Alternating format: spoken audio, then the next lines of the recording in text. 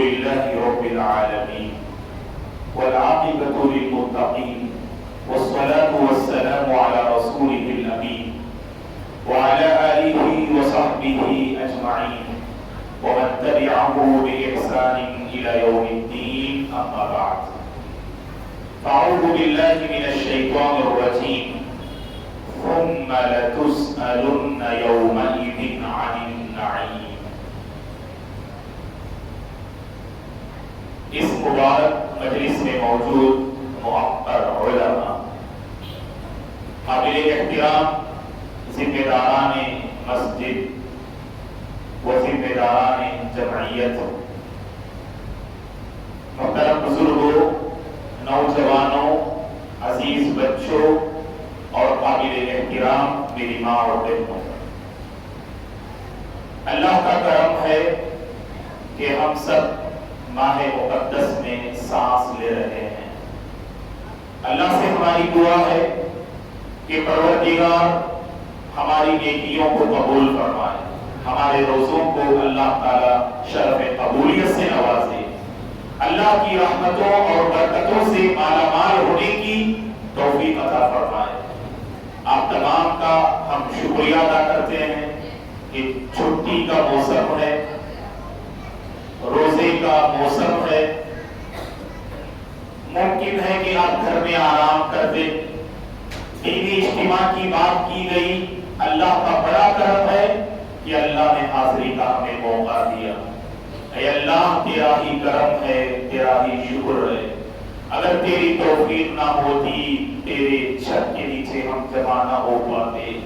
اے اللہ ہماری اس بیٹھک کو قبول فرما اور ہماری اس نشست کو ہمارے لیے ذخیرہ آخرت بنا دے، اور اس مقصد سے ہم یہاں پر جمع ہوئے ہیں، اے اللہ اس مقصد میں تو ہم سب کو کامیابی عطا فرما، اور جتنے حاضرین اور حاضرات ہیں اے اللہ سب پر تو رحم و کرم کے فیصلے فرما، سب کے مشکلات کو اے اللہ تو دور فرما، سب کو امن والی سکون والی زندگی اے اللہ تو نصیب فرما، آمین۔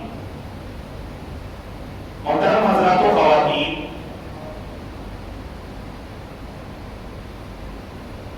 اللہ تعالیٰ کی ہم پر بے شمار نعمتیں ہیں۔ یہ بات ہم میں سے ہر ایک جانتا ہے کہ اللہ کی نعمتوں کو ہم گن نہیں سکتے، شمار کر نہیں سکتے، ایسی اللہ کی بے شمار نعمتیں ہیں۔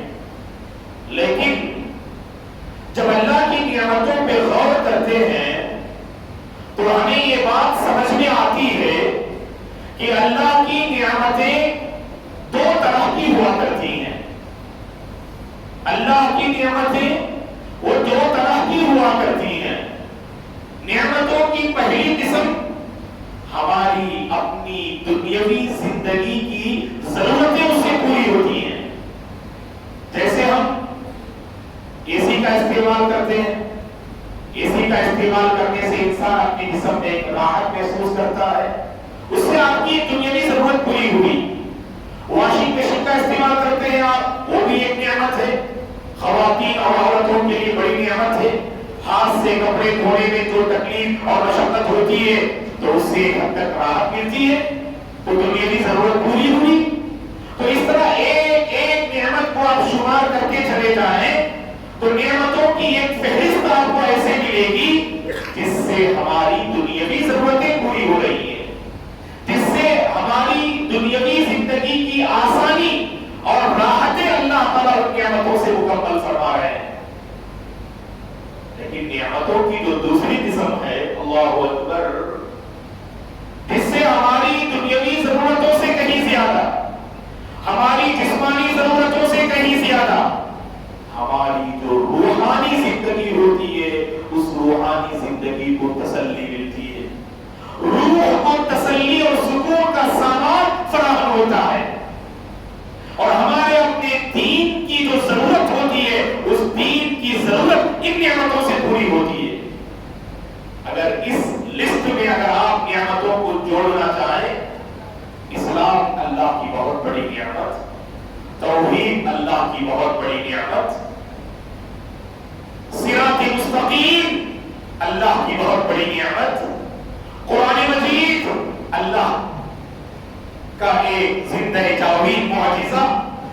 ایک لازوال نعمت، احادیث مبارکہ کا ذخیرہ، دینی کتابیں، یہ سب آپ ایک ایک بات کی کرے آپ جوڑتے جا سکتے جس سے ہماری دینی ضرورت پوری ہوتی ہے، ہمارے روح کو تسلی ملتی ہے اور روحانی زندگی میں انقلاب برپا ہوتا ہے ان نعمتوں کے ذریعے۔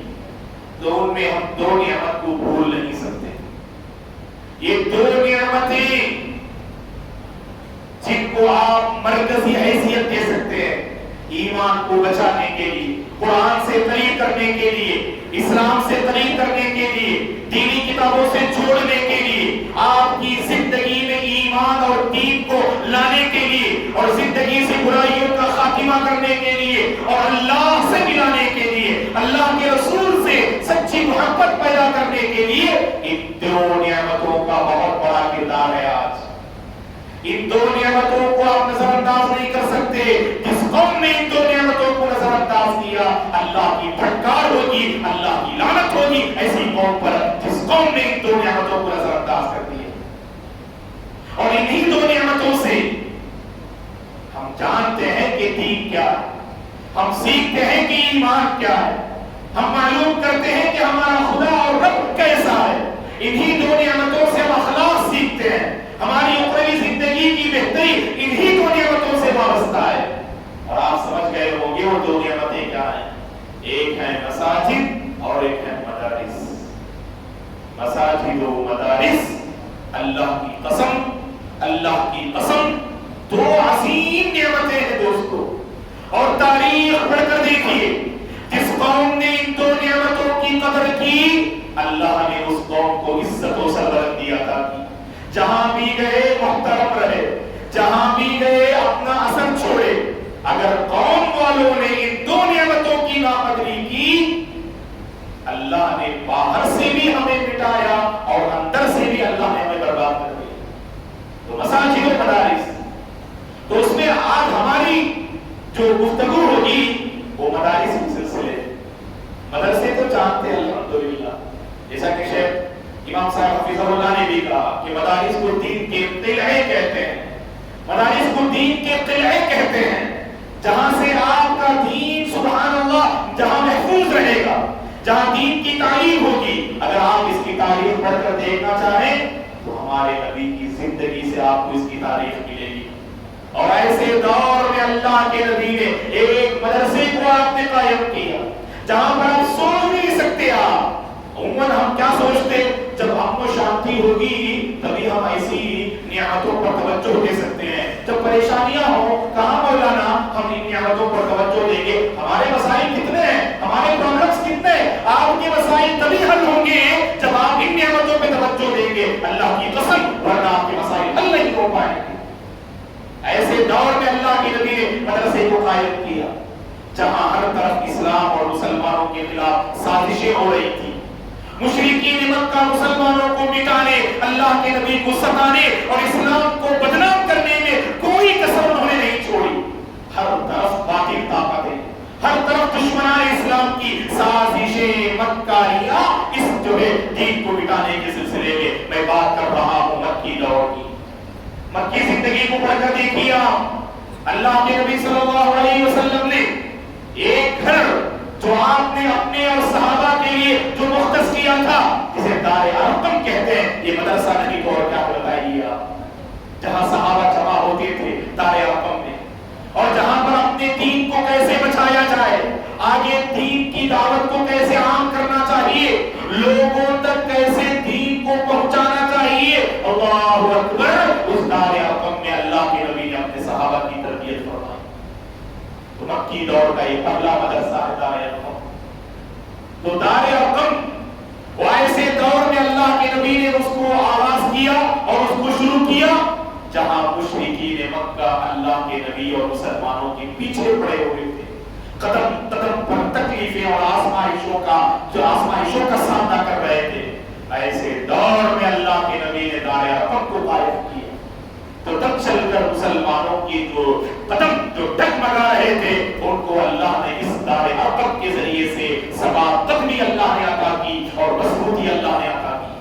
اور تاریخ کو اور آگے بڑھتے جاتے، تاریخ کو پڑھتے جائیں آپ، مدنی زندگی میں ہم صفہ کو بھول نہیں سکتے.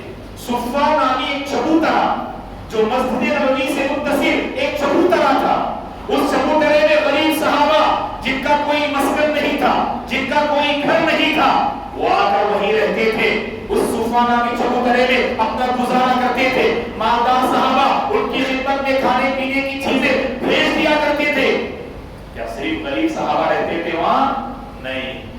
صبح سے شام تک اللہ کے نبی وقتاً فوقتاً جب بھی موقع ملے آپ وہاں حاضر ہوتے اور دیگر صحابہ بھی وہاں پہنچ جاتے. اللہ کے نبی دین کی تعلیم دیا کرتے تھے. اللہ کے نبی اپنے صحابہ کو دین سکھایا کرتے تھے. تو اس سے معلوم ہوا دوستو کہ مکی زندگی ہو یا مدنی زندگی, اللہ کے نبی صلی اللہ علیہ وسلم نے مدرسے کو قائم کیا. مکی زندگی میں دار ارقم اور مدنی زندگی میں صفہ نامی مدرسے کی اللہ کے نبی نے بنیاد رکھی اور وہیں سے صحابہ نے تربیت پائی. وہیں سے صحابہ نے اس دینی جو ہے کام کو آگے بڑھایا اور لوگوں تک پہنچ کر کیسے دین کا کام کرنا ہے اور ایک ایک کے پاس پہنچ کر کیسے دین کی دعوت کو عام کرنی چاہیے مدرسے صفہ سے صحابہ نے سیکھا. اس کے بعد تاریخ پڑھتے ہیں تو عمر ہمارے پاس مدرسے کا مطلب کیا تصور ہے؟ مدرسہ ایک عمارت کا نام ہے. وہاں چند اساتذہ معلمات ہوتے ہیں, طلباء اور طالبات ہوتے ہیں. اس کا ایک سسٹم ہے, اس کا ایک سلیبس ہے, ایک منصوبہ بند طریقے سے اسے چلاتے ہیں. یہ مدرسہ الحمدللہ آج کے دور میں مدرسہ اسی کو کہتے ہیں. لیکن تاریخ پڑھ کر دیکھیے آپ, اللہ کے نبی نے دار ارقم اور صفہ نامی چبوترے سے آپ نے صحابہ کی تربیت تو فرمائی, لیکن اللہ کے نبی کی زندگی ہو یا آپ کے بعد خلفائے راشدین اور صحابہ کا دور آپ پڑھ کر دیکھ لیجیے, اللہ کے نبی, صحابہ, تابعین نے دین کو پھیلانے اور دین کو سکھانے کے لیے سب سے پہلے جس کو مرکز بنایا وہ مسجد ہی ہے. مسجد میں دین کی تعلیم ہوتی تھی, مسجد میں لوگوں کے مسائل حل کیے جاتے تھے. یہ اور بات ہے کہ آج ہم نے مساجد کو پوری طرح سے نظر انداز کر دیا, سمجھ لیا کہ 5 وقت کی نماز جہاں ہوتی ہے وہ مسجد ہے. بس مسجد مرکز ہے دوستو, اللہ اکبر, مسجد مرکز ہے. مسجد ایک سنگم ہے جہاں سے آپ کے مسائل حل ہوتے ہیں, جہاں سے آپ کی ہر پریشانی کا سلوشن آپ کو جو ہے مسجد سے مل سکتا ہے. اور تاریخ یہی بتاتی ہے ابتدا میں باقاعدہ مدارس کی شکل میں کوئی عمارتیں نہیں تھی, بلکہ مساجد کی شکل میں جو عمارتیں تھیں وہی مدارس میں جو تعلیم آج ہوا کرتی تھی پہلے مساجد میں وہی تعلیم ہوا کرتی ہے. لیکن جیسے جیسے زمانہ آگے بڑھتا گیا, لوگوں کی آبادی بڑھتی گئی, لوگوں نے ضرورت محسوس کی کہ مساجد میں اگر ہمیشہ طلباء اور طالبات کو لایا جائے کافی مسائل ہوتے ہیں, لوگوں کی ضروریات اس سے کافی جڑی ہوئی ہے, اور اس لیے لوگوں نے ضرورت محسوس کی کہ اس کو ایک مستقل ادارے کی حیثیت دی جائے, اس کو مستقل ایک عمارت کی حیثیت دی جائے. اب تاریخی اعتبار سے اگر ہم دیکھتے ہیں تو سب سے پہلا مدرسہ کون سا ہے کہ باقاعدہ ایک عمارت, سلیبس, اساتذہ اور طلباء کی شکل میں کون سی عمارت سب سے پہلے قائم ہوئی؟ خود علماء تاریخ لکھنے میں اختلاف کرتے ہیں, تو علماء کی اپنی اپنی رائے ہے. مختلف علماء نے اپنی کتابوں میں اس تاریخ کو الگ الگ انداز سے پیش کیا ہے. جس نتیجے پہ ہم پہنچے سیکنڈ سینچوری. سینچوری تو جانتے نا, اب ہم کون سی سینچوری میں ہیں؟ صدی 20 میں. ہاں, ہجری اعتبار سے کون سی سینچوری بولیں گے آپ؟ 14th یا 15th یا 16th کیا بولیں گے؟ 14th تو بولیں گے نہیں. ہجری اعتبار سے ہم کس سینچوری سے گزر رہے ہیں؟ جی 14th نہیں ہے تو کیا ہے؟ 15th ہے. جیسے ہی آپ یعنی 1401 میں داخل ہو جائیں وہاں 15th شروع ہو جاتا ہے. ذہن میں رکھیں آپ, ورنہ 1440 پر 4 کاپی بھی کر سکتے ہیں آپ, یہاں گھڑی میں بھی دکھا رہا ہے, کبھی کاپی کر کے بھی جواب دے سکتے ہیں آپ. تو یہاں پر دیکھیے 1444 ہے کہ نہیں؟ تو 1401 میں جیسے ہم داخل ہوئے ہم 15th میں داخل ہو گئے. کوئی آپ سے پوچھے بھائی کون سی صدی ہے, کون سا دور چل رہا ہے آپ کا,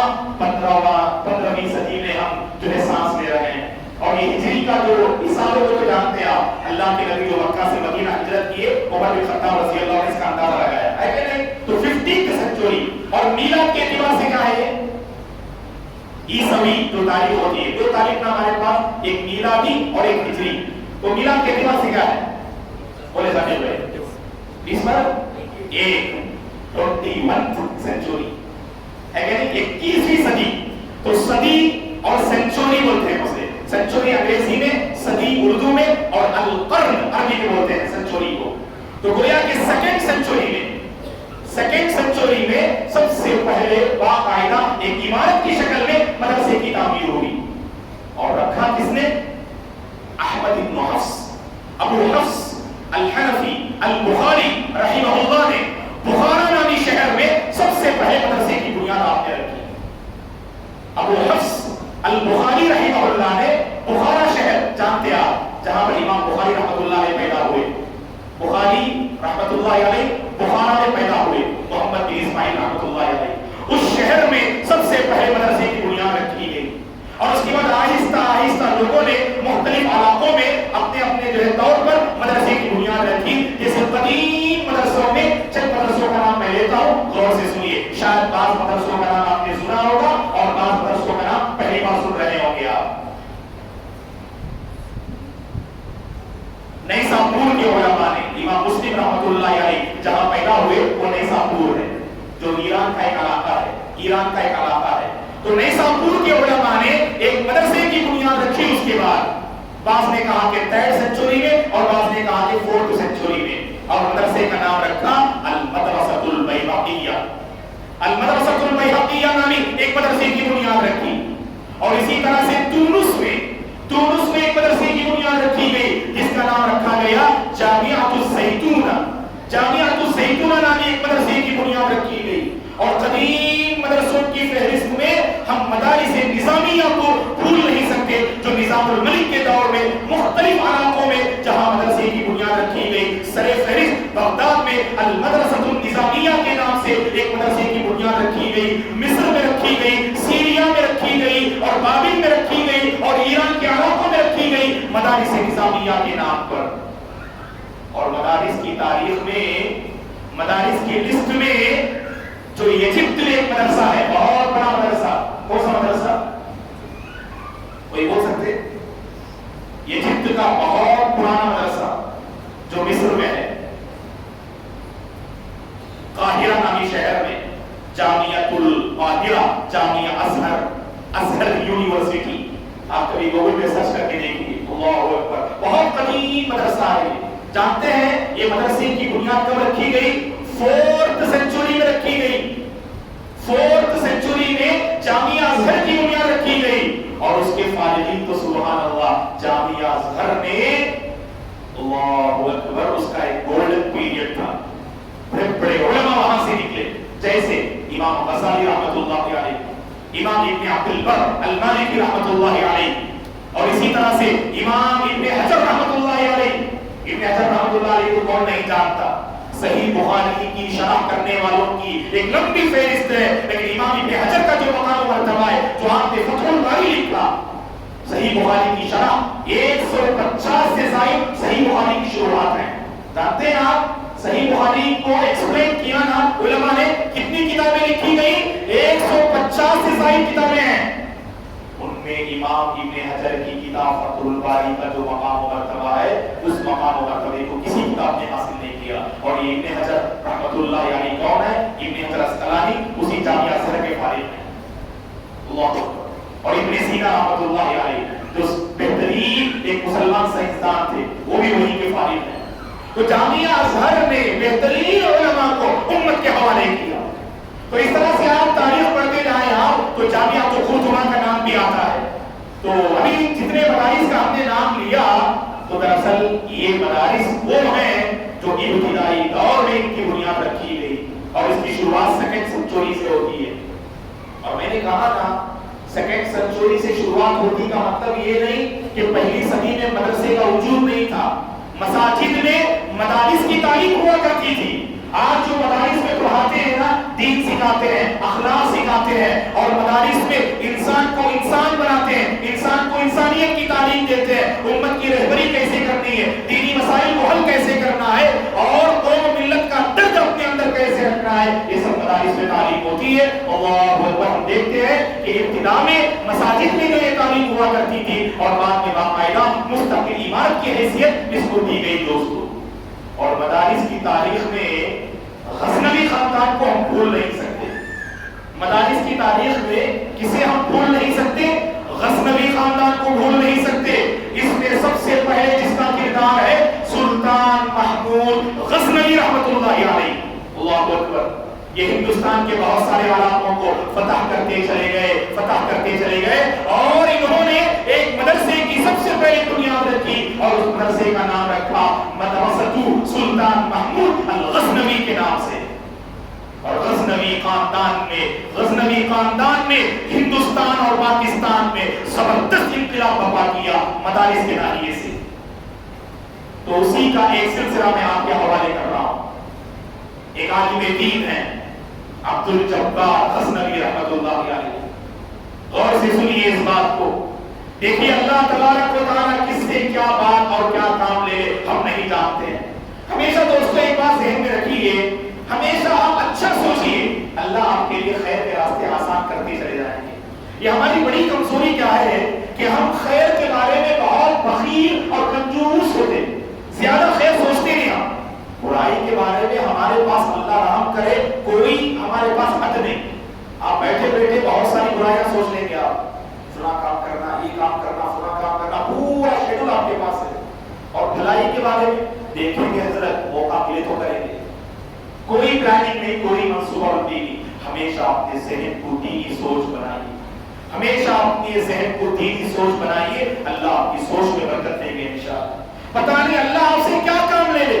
اللہ اکبر، عبد الجبار غزنوی رحمۃ اللہ علیہ جو امرتسر کے تھے، جہاں پر آپ ایک مرتبہ درس دے رہے تھے، آپ کے ذریعے سے اللہ نے کیا کام لیا ہم تصور بھی نہیں کر سکتے ہیں کہ جنوب ہند کے ایک ایسے انسان جو تجارت کی دنیا میں بہت آگے تھے، ماہر تھے، جو روشن کمپنی چلا رہے تھے، جو چمڑے کے بیوپاری تھے، لیکن دینی جذبہ رکھتے تھے۔ دیکھیے دوستو، اگر آپ نے بھی الحمدللہ ایسی سوچ رکھی، اللہ آپ سے بھی بہت بڑا کام لے گا۔ جنوبی ہند کا ایک معمولی تاجر جن کا نام کاکا محمد عمر رحمۃ اللہ علیہ ہے، ایک مرتبہ وہ تجارت کی غرض سے پنجاب کا سفر کرتے ہیں اور پنجاب کا علاقہ امرتسر ہے، اور امرتسر سبحان اللہ علماء کی سرزمین ہے، امرتسر علماء کی سرزمین ہے۔ امرتسر سے اللہ تعالیٰ نے بہت بڑی بڑی دین کی خدمات اللہ نے دی۔ تو امرتسر میں ایک مسجد میں درس دینے والے عبد الجبار غزنوی رحمۃ اللہ علیہ کے درس میں یہ تاجر پہنچ گئے اور جا کر بیٹھ کے غور سے سن رہے تھے۔ پہلے سے ان کا ارادہ تھا کہ کچھ نہ کچھ ہمیں دین کے لیے کرنا ہے، اور بندہ اتنا مخلص تھا اپنی نیت میں، اللہ تعالیٰ نے ان کے اخلاص اور ان کی نیت کی اللہ نے لاج رکھی اور اس کے لیے ایک درس کو اللہ نے ذریعہ بنا دیا۔ اس درس نے آپ کی زندگی میں ایک ایسا ٹرننگ پوائنٹ لے آیا، اللہ اکبر، ہم تصور بھی نہیں کر سکتے۔ درس سے فارغ ہوئے، عبد الجبار غزنوی رحمۃ اللہ علیہ سے اس تاجر نے ملاقات کی اور گفتگو کے دوران انہوں نے اپنے اس جذبے کا اظہار کیا کہ ہمارے یہاں پر بھی مدارس کی کمی ہے، جنوبی ہندوستان میں، ساؤتھ میں یعنی مدارس کی کمی ہے، تو ہم ایک مدرسے کی بنیاد رکھنا چاہتے ہیں جس چھت کے نیچے تمام جو ہے یعنی مسلم بچے آگے بڑھ سکے۔ عبد الجبار غزنوی رحمۃ اللہ علیہ نے اس تاجر کی ہمت افزائی فرمائی۔ یہ کردار ہونا، کبھی بھی آپ خیر کے معاملے میں سامنے والے کو پست ہمت نہ کرو دوستو۔ کبھی کوئی آپ کے پاس خیر لے کر آتا ہے، بھلائی لے کر آتا ہے، آپ صرف پریشانیاں دکھاتے ہیں، نہیں بھائی یہ کام نہیں ہو سکتا، کتنی پریشانیاں ہیں، چاہیے آپ ایسے اسے پست ہمت کر دیتے، کبھی وہ آگے بڑھتا ہے۔ ہمیشہ لوگوں کو موٹیویٹ کیجیے، آپ کے ذریعے سے پتہ نہیں اللہ کیا کام لے گا۔ آپ کی ہمت افزائی کے چند کلمات اللہ اکبر پوری قوم میں جو ہے انقلاب برپا کر دے۔ آگے بڑھیے، آپ سے کیا ہو سکتا ہے؟ سامنے والے کو موٹیویٹ کر سکتے نا، موٹیویٹ کیجیے۔ سامنے والے کو صحیح راستہ بتا سکتے نا، بتائیے، بس اسے لا کر کھڑا کر دیجیے۔ سامنے والا بڑا مخلص ہے، سامنے والا انسان بڑا نیک ہے، اللہ اس سے بہت بڑا کام لے گا، اور جتنا بھی اللہ اس سے کام لے گا اللہ برابر آپ کو اجر بھی شریک کریں گے انشاءاللہ۔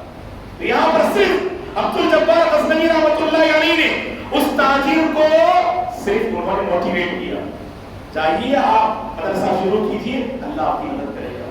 اللہ اکبر۔